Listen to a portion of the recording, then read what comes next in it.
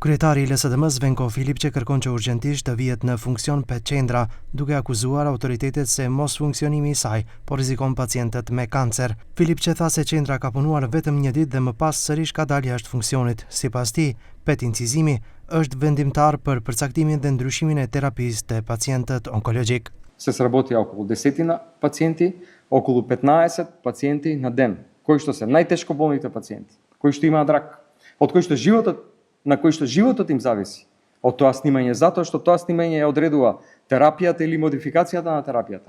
Во зависност од стадиумот во кој што се наоѓа болеста, сега се во ризик. 2,5 месеци не работи до сега.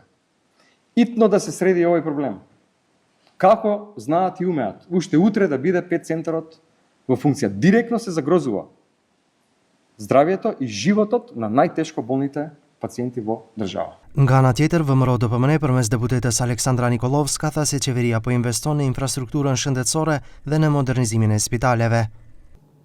Нашата визија е да изградиме ултрамодерен клинички центар, кој нема да биде само за Скопје и за граѓаните на Македонија, туку ќе создаде можност за привлекуваме пациенти и од соседните држави.